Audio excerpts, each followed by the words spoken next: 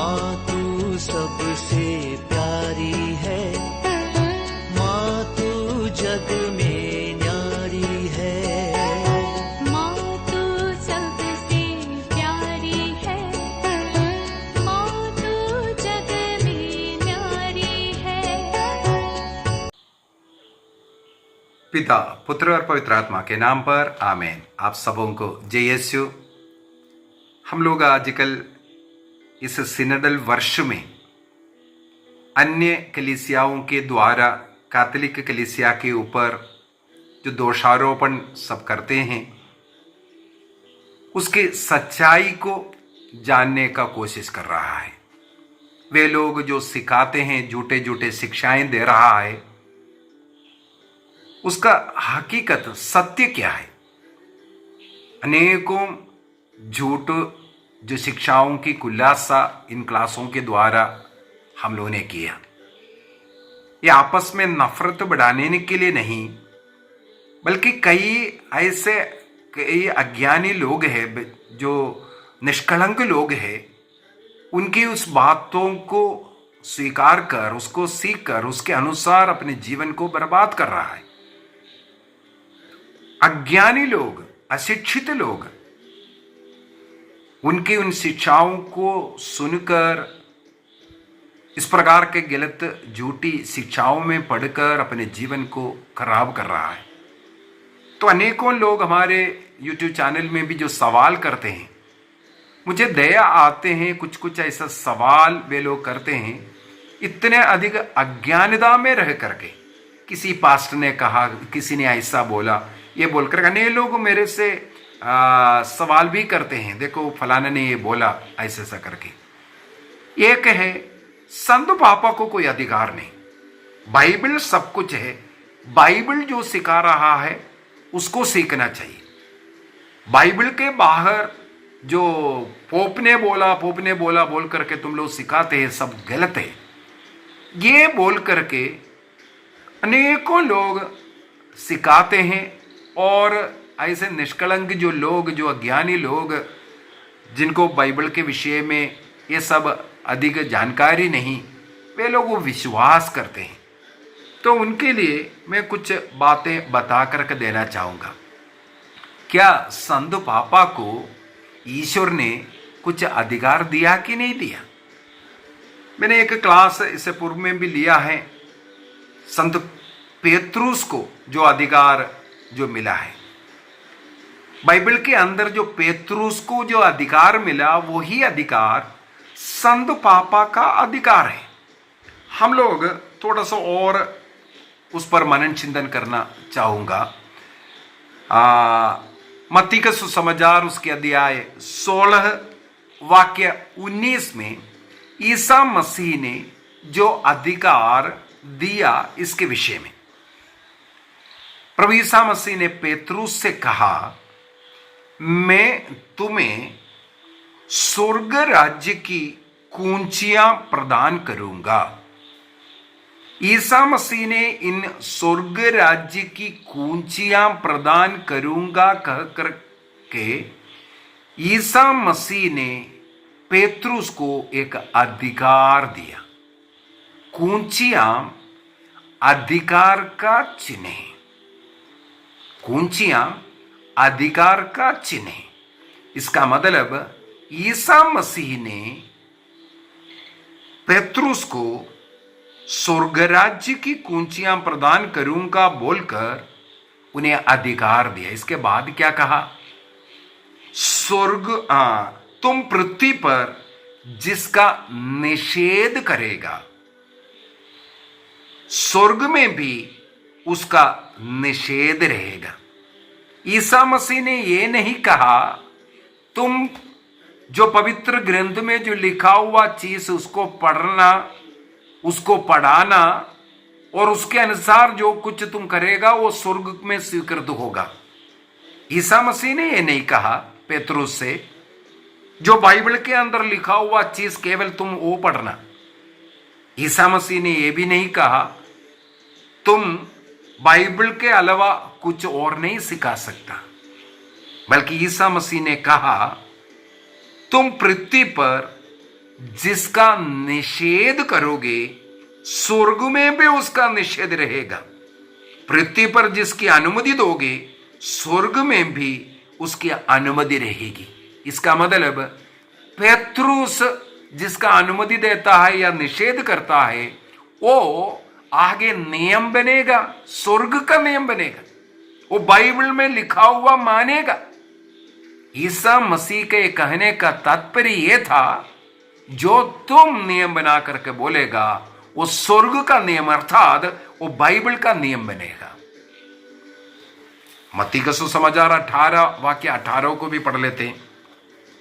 Matthew chapter 18 verse 18 वहां पर भी कहते हैं मैं तुमसे कहता हूं तुम लोग, हम 12 शिष्य उनसे कह रहा है, तुम लोग पृथ्वी पर जिसका निषेध करोगे स्वर्ग में भी उसका निषेध रहेगा, और पृथ्वी पर जिसका अनुमति दोगे स्वर्ग में भी उसकी अनुमति रहेगी। ईसा मसीह ने प्रेरितों को, अपने शिष्य लोगों को अनुमति दे रहा है कि तुम यहां नियम बना सकता है, तुम यहां सिखा सकता है, जो कुछ तुम यहां सिखाएगा वो स्वर्ग का नियम बने रहेगा। उसके लिए एक उदाहरण मैं निकालना चाहूंगा उत्पत्ति ग्रंथ से। उत्पत्ति ग्रंथ उसके अध्याय 17 ईश्वर अब्राहम के साथ एक विधान जोड़ते हैं। वाक्य 5 में जाते हैं। सबसे पहले अब्राहम से कहा अब से तुम्हारा नाम अब्राहम नहीं बल्कि इब्राहिम होगा, क्योंकि मैं तुम्हें बहुत से राष्ट्रों का पिता बनाऊंगा। सबसे पहले ये इब्राहिम का नाम को बदलते हुए अपना अधिकार और अपना विधान उनके साथ जोड़ता हुआ, इसके बाद वाक्य 7 में कहते हैं पीढ़ी दर पीढ़ी के लिए एक चिरस्थायी विधान मैं निर्धारित करूंगा। वाक्य 9 में अब्राहम ने इब्राहिम से यह भी कहा तुमको और तुम्हारे बाद तुम्हारे वंशजों को पीढ़ी दर पीढ़ी मेरे विधान का पालन करना चाहिए। अब्राहम को, इस पीढ़ी को और आने वाले सभी पीढ़ियों को ईश्वर के विधान का पालन करना चाहिए। इसके बाद वाक्य 10 में मैं जो विधान तुम्हारे और तुम्हारे वंशजों के लिए निर्धारित किया और जिसका तुमको पालन करना चाहिए वह इस प्रकार है, तुम लोगों में से हर पुरुष का खतना किया जाएगा। हर पुरुष का खतना किया जाएगा। कब? वाक्य 11 वह खतना तुम्हारे लिए मेरे द्वारा निर्धारित विधान का चिन्ह होगा। ईश्वर ने अब्राहम के साथ जो विधान जोड़ा वो पीढ़ी दर पीढ़ी के लिए, आने वाले सब पीढ़ी के लिए है। वो विधान का चिन्ह ये है हर पुरुष का खतना, सर्कमसिशन करना है। इसके बाद प्रभु कहते हैं वाक्य 12 में तुम लोगों के बच्चों में से प्रत्येक का खतना जन्म के 8वें दिन किया जाए। पीढ़ी दर पीढ़ी यही नियम कायम रहेगा। ईश्वर ने एक नियम बनाया। ईश्वर का संतान, ईश्वर का पुत्र, इस्राएली लोग चुने हुए लोग हैं, ईश्वर का पुत्र है, ईश्वर का संतान, निजी प्रजा क्यों कहलाते हैं? क्योंकि इस्राएल खतना करता है। एक खतना का चिन्ह के द्वारा वो ईश्वर के उस विधान को कायम रखा है, उस चिन्ह को अपने शरीर में अंकित करके रखा है, इसलिए वे ईश्वर का संतान है। वाक्य 24 में जाना चाहूंगा। जेनेसिस चैप्टर 17 वर्स 24 जब इब्राहिम का उससे पहले है ईश्वर द्वारा उसको दी हुई आज्ञा के अनुसार सब लोगों ने खतना किया। जब अब्राहम को खतना हुआ तब वह 99 वर्ष का था, और जब उसके पुत्र इस्माइल का खतना किया गया जब उसकी आयु 13 साल का था। अब्राहम को जब इसहाक हुआ उसका खतना 8वें दिन। उस दिन से ये नियम अब्राहम के संतानों में चिन्ह के रूप में, विधान के चिन्ह के रूप में ये सर्कमसिशन, ये खतना करना बनाए रखा। हमें मालूम है ईसा मसीह का भी खतना ईसा मसीह के जन्म के 8वें दिन किया गया। ईसा मसीह का भी खतना हुआ, और ईसा मसीह के जीवन काल में ईसा मसीह ने कभी भी खतना ना करने का नियम नहीं बोला। खतना ना करने के लिए ईसा मसीह ने कभी भी शिक्षा नहीं दिया। आज क्रिस्तीय लोग खतना नहीं करते। ईसा मसीह के चेले लोग, ईसा मसीह के फॉलोवर्स जो क्रिश्चियन आज खतना नहीं करते, जबकि ईसा मसीह का भी खतना हुआ था। क्यों नहीं खतना करते हैं? उसका कारण है प्रेरित चरित्र अध्याय 15 के अंदर हम लोग देखते हैं इस खतने के द्वारा कलीसिया के अंदर आपस में लड़ाई झगड़ा शुरू हुआ। ये इस प्रकार है, प्रेरित चरित्र अध्याय 10 को जब हम पढ़ेंगे वहां पर पेत्रुस कर्नेलियुस एक गैर यहूदी था। ईश्वर के प्रेरणा के अनुसार वह कर्नेलियुस के घर में जाते हैं, वहां पर ईश्वर का वचन सुनाते हैं। वचन सुनने वाले सभी लोगों पर पवित्र आत्मा उतर आया। प्रेरित चरित्र अध्याय 10 वाक्य 44 में पढ़ते हैं, पेत्रुस वचन सुना रहा था, सुनने वालों पर पवित्र आत्मा आया। गैर यहूदी लोग, बेखतने लोग थे। पेत्रुस ने देखा जिस प्रकार खतने वाले यहूदियों को पवित्र आत्मा मिला, उसी प्रकार गैर यहूदियों को भी पवित्र आत्मा मिला। तब पेत्रुस ने आग्रह किया इन लोगों का भी बपतिस्मा, उनको भी बपतिस्मा दिया जाए।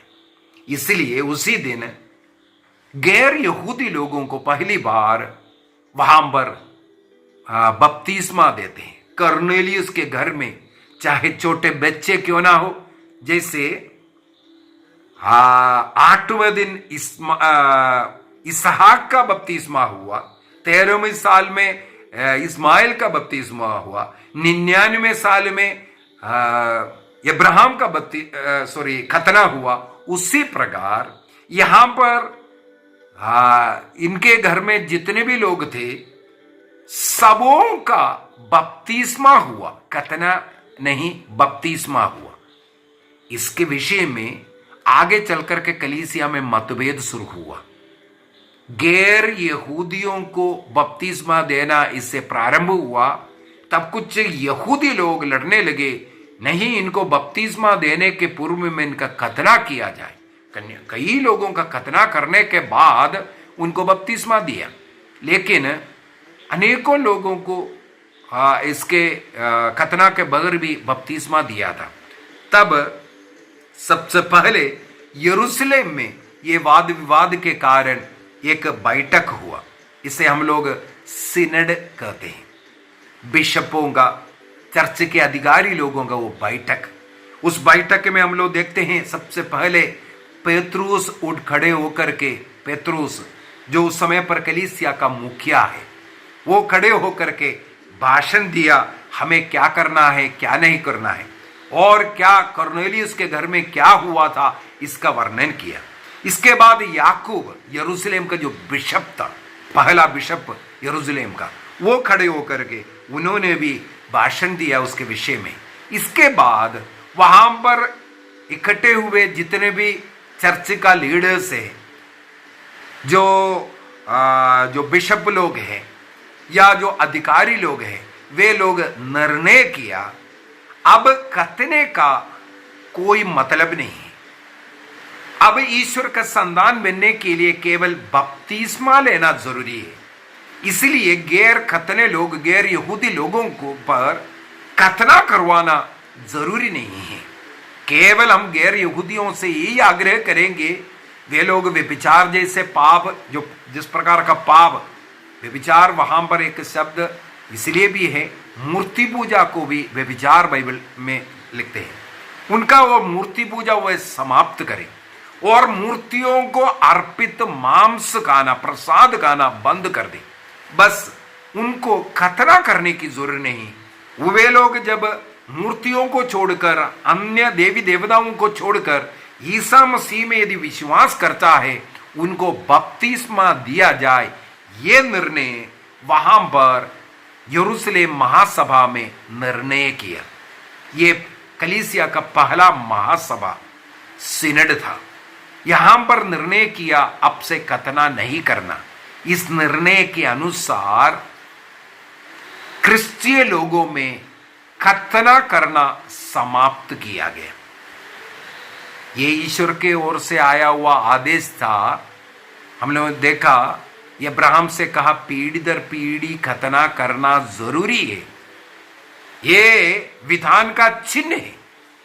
तो पेत्रुस, याकूब, अन्य शिष्य लोगों ने इस अधिवेशन में, यरूशलेम महासभा में निर्णय किया कि अब से हम लोग खतना नहीं कराएंगे बल्कि बपतिस्मा मात्र देंगे। ये निर्णय आज भी कलीसिया में चलते हैं।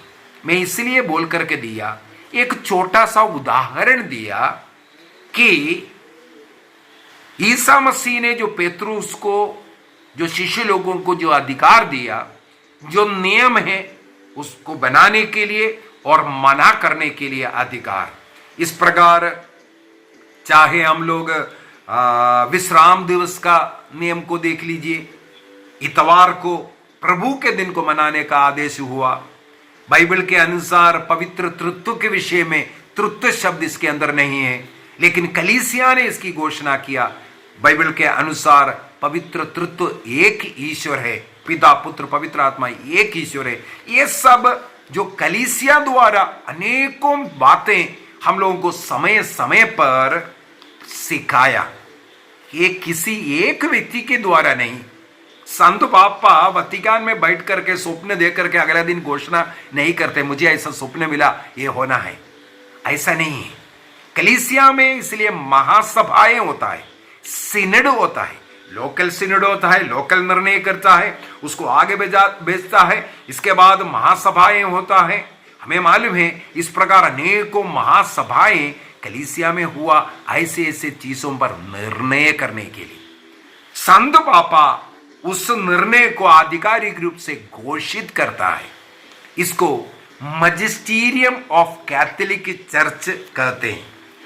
कैथोलिक कलीसिया का धर्म शिक्षा ग्रंथ, उसकी संख्या 891 और 92 में, 891 और 92 में इसका वर्णन किया है। मजिस्टीरियम ऑफ कैथोलिक चर्च, कैथोलिक कलीसिया को, जो संत पापा को प्रभु से, ईश्वर से मिला हुआ वो अधिकार पीढ़ी दर पीढ़ी किसी विश्वास में चलते आ रहा था, परंपरा चल रहा था। लेकिन आज ये हम बाइबल में दिखाओ, बाइबल में दिखाओ बोल करके कई लोग इस प्रकार उसको ना मानना, उसके ऊपर आधिकारिक रूप से जो कलीसिया का जो नियम है, जो सिनडों में निर्णय किया हुआ, उसको आधिकारिक रूप से घोषणा करने का अधिकार संत पापा को मिला है। और उस एक बार घोषणा करने के बाद कलीसिया को उसको मानना जरूरी है। इसको मजिस्टीरियम ऑफ कैथोलिक चर्च कहते हैं। कैथोलिक कलीसिया का मजिस्टीरियम अधिकार एक विशेष अधिकार है, जो पवित्र आत्मा से प्रेरित होकर के जो संत लोग, बिशप लोगों का सिनड में वे लोग जो निर्णय कर करके कलीसिया को देता है। आज तक 2000 साल का एक परंपरा कलीसिया में है। इस कलीसिया में ऐसा निर्णय को कभी भी बदला नहीं है। इसके बाद इसका मतलब जो कुछ निर्णय किया वो सही निर्णय, स्वर्ग से आया हुआ निर्णय, पवित्र आत्मा के द्वारा निर्णय लेने का कृपा उन लोगों को मिला था। एक भी ऐसा निर्णय सिनड का निर्णय को बदला नहीं है बाद में। जो इस प्रकार जो मजिस्टीरियम जो दिया है उसको पालन करना हम हरेक क्रिस्तियों का धर्म है। इसलिए कहते हैं कलीसिया के अधीन रहना। उदाहरण के लिए कई लोग बोलते हैं मैं गलत सिखाता हूं, मैं वो गलत हूं, ये मैं वो बोलता हूं कर करके। मैं नहीं बोलता। जो कलीसिया आधिकारिक रूप से सिखाते हैं उसको मैं सीखता हूं। सही क्या है गलत क्या है मैं उसको सीखने के बाद मैं यहां पर क्लास में लेता हूं। जो कैथोलिक कलीसिया सिखाते हैं, जो आधिकारिक रूप से कलीसिया को सिखाने का अधिकार प्राप्त है, उस अधिकार से जो कलीसिया सिखाते हैं, ये बाइबल किसने दिया? ये बाइबल का एक और क्लास लेने वाला हूं मैं। ये बाइबल कलीसिया ने हमें दिया। ईसा मसीह ने कोई बाइबल लिख करके नहीं लाया। ईसा मसीह ने लिखो करके बोला नहीं। ईसा मसीह ने हमारे हाथ में नहीं दिया, बल्कि किसने बाइबल दिया? 73 किताबों का बाइबल कलीसिया ने हमें प्रदान किया। कलीसिया के इस प्रकार के सिनडों ने निर्णय किया कौन सा किताब होना है। उन्होंने स्टडी किया, हर एक शब्द का स्टडी किया। इसके बाद कलीसिया का सिनड ने निर्णय किया 73 किताब का बाइबल होना चाहिए। ये कलीसिया का निर्णय। 16वीं सदी तक 73 किताब मान्यता था, लेकिन हमें मालूम है इसके बाद कुछ किताबों को निकाला। कौन से सिनड का निर्णय था बाकी किताबों को निकालने का? एक व्यक्ति के बुद्धि में आया, एक व्यक्ति के मन में आया, उसने घोषणा किया, उसका कुछ फॉलोवर बन गया। कहीं भी उसके पीछे सिनड नहीं हुआ, कहीं भी उसके पीछे बैठक नहीं हुआ। कौन से सिनड में निर्णय किया 66 किताबें चाहिए, बाकी किताब गलत है? किसी एक व्यक्ति का। ऐसे कई जो पाषंडनाएं कलीसिया में चला, उसको भी खंडन करना। ये मजिस्टीरियम कैथोलिक कलीसिया को जो अधिकार मिला है उसके द्वारा कलीसिया करते हैं। अभी कई लोग बोलते हैं संत पापा को अधिकार नहीं मिला, केवल पोप को अधिकार दिया है। अभी पोप फ्रांसिस को कहां से अधिकार मिला, उसको भी बोल करके खत्म करना चाहूंगा। प्रेरित चरित्र उससे अध्याय 1 में हम लोग देखते हैं पेंतिकोस्त के जो पहले के जो घटना है। वे लोग इंतजार कर प्रार्थना कर जब बैठ रहा था उस समय पर पेंतिकोस्त के पहले सारे शिष्य लोग सब लोग बैठे हुए थे। वहां पर करीब 120 लोग उस दिन उपस्थित था। उनके बीच में पेत्रुस उठ खड़े हो गए। क्यों उठ खड़े हो गए? क्योंकि वो कलीसिया का मुखिया है। वहां पर वो 120 का कलीसिया है, उसका मुखिया पेत्रुस था। वहां पर उठ खड़े हो गए। वहां पर माता मरियम भी है, अन्य नारियां भी हैं, जितने भी ईसा मसीह के शिष्य लोग हैं प्रार्थना करने के लिए नोवेना। ईसा मसीह के स्वर्गारोहण के बाद 9 दिनों तक वहां प्रार्थना में इंतजार करते रहे, पवित्र आत्मा का आगमन का इंतजार। उस आगमन के इंतजार में रहने वाले उनके बीच में पेत्रुस उठ खड़े हो गए। पेत्रुस भाषण के द्वारा उनको समझाया यूदस के विषय में। यूदस ने अपना खुदकुशी करते हुए ईश्वर द्वारा मिला हुआ उस जो स्थान, 12 शिष्यों का उस स्थान उन्होंने खोया। लेकिन ईसा मसीह ने 12 लोगों को चुना था, इसलिए वो 12 की संख्या को पूर्ति करना, उसको रखना हमारा कर्तव्य है। इसलिए उन्होंने निर्णय किया कि हम आदिम काल से हमारे साथ रहने वाला ईसा मसीह जब से वचन घोषणा शुरू किया तब से हमारे साथ रहने वाला, अर्थात प्रभु ईसा मसीह ने 12 शिष्यों को चुना जो 72 शिष्य लोग हैं। ऐसा कई शिष्य लोग थे। उन शिष्य गणों में से एक को हम चुनेंगे ये यूदस का स्थान ग्रहण करने के लिए। तब उन्होंने 2 लोगों का नाम निकाला, एक यूसुफ का नाम, एक मत्तियस का नाम। इसके बाद वे सब मिलकर के प्रार्थना किया। इसके बाद चिट्ठी डाला। हमें मिलता है वाक्य 26 में, प्रेरित चरित्र अध्याय 1 वाक्य 26। वहां पर लिखा है उन्होंने चिट्ठी डाली, चिट्ठी मत्तियस के नाम निकली और उसकी गिनती 11 में हो गई। किसने चुना? वहां पर उपस्थित उस कलीसिया ने चुना। इसी प्रकार एक संत पापा के बाद, पेत्रुस के बाद दूसरा, ऐसा कर करके अब 266वां संत पापा के रूप में संत फ्रांसिस हमारे बीच में। उनका आदर करना, उनका कहना मानना, उन्हें कलीसिया का मुखिया के रूप में ईश्वर की ओर से अधिकार मिला है, इसको स्वीकार करना हमारा कर्तव्य है। ये स्वर्ग का नियम है। उन्हें मानना, उनका कहना और उनके साथ रहना, कलीसिया से जुड़े रहना, ये स्वर्ग का नियम है। जो कोई इस कैथोलिक कलीसिया के विरुद्ध बोलता है, संत पापा के विरुद्ध जो वीडियो वगैरह बनाता है, बोलता है, अज्ञान लोग हैं। आप अभी कम से कम उसको स्वीकार कीजिए। ईश्वर की ओर से यह अधिकार था। जैसे पेत्रुस ने मत्तियस का चुनाव किया, उसी प्रकार आज तरीका अलग है। अगर वो संत पापा का चुनाव के बारे में अगर हम सीखें, वो पवित्र आत्मा कितना अधिक इसमें कार्य करता है, ये हमें पता चलता है। उसका इतिहास है, उसका हिस्ट्री आप यूट्यूबर में देख सकता है, या आप गूगल में उसको सर्च कर सकता है। उस बात को मैं यहां वर्णन करना नहीं चाहते। उससे हमें पता चलता है पवित्र आत्मा कितना कार्य करता है इन संत पापाओं का चुनाव के लिए। जो संत पापों को चुनता है, उनकी स्वीकृति स्वर्ग का स्वीकृति है। इसलिए हमें भी वो स्वीकार्य होना है। कलीसिया से जुड़ने का निर्णय कीजिए। जो कलीसिया सिखाता है, जिसने बाइबल दिया है, वो बाइबल को सिखाना, उसका अर्थ समझाना, वो किताब जिसने दिया उसका काम है। जिसने लिखा उसी आत्मा में बैठ करके उसको सीखने की जरूरत है। हम अपने मर्जी में कोई भी वचन को व्याख्या ना करें। आइए हम अपनी आंखों को बंद करें। संत पापा के लिए, कैथोलिक कलीसिया के लिए प्रभु को धन्यवाद दें।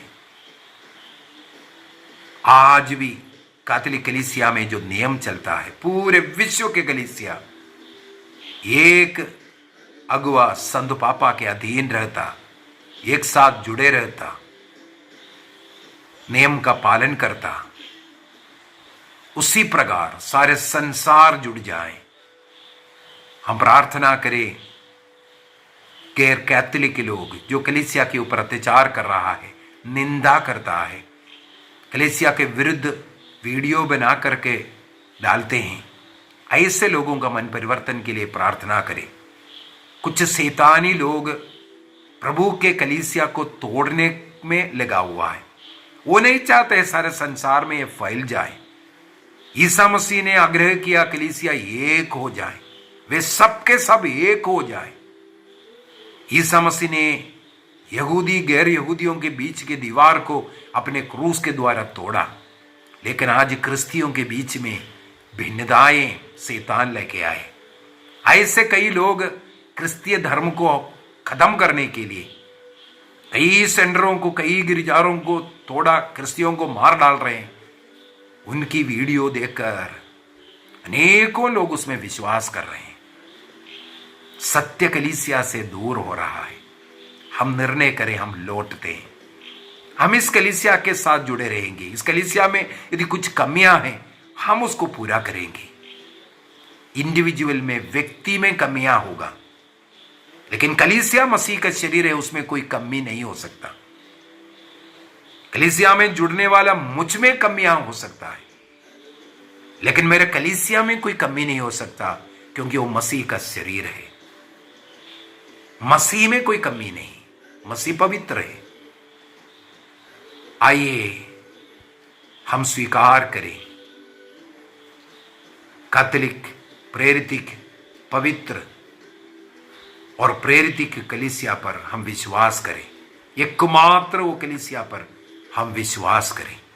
उसके अधीन, उसके साथ जुड़े रहकर, उसके अधीन रहकर स्वर्ग राज्य की यात्रा करने का निर्णय करें। पिता, पुत्र और पवित्र आत्मा के नाम पर आमीन। आप सबों को जय यीशु।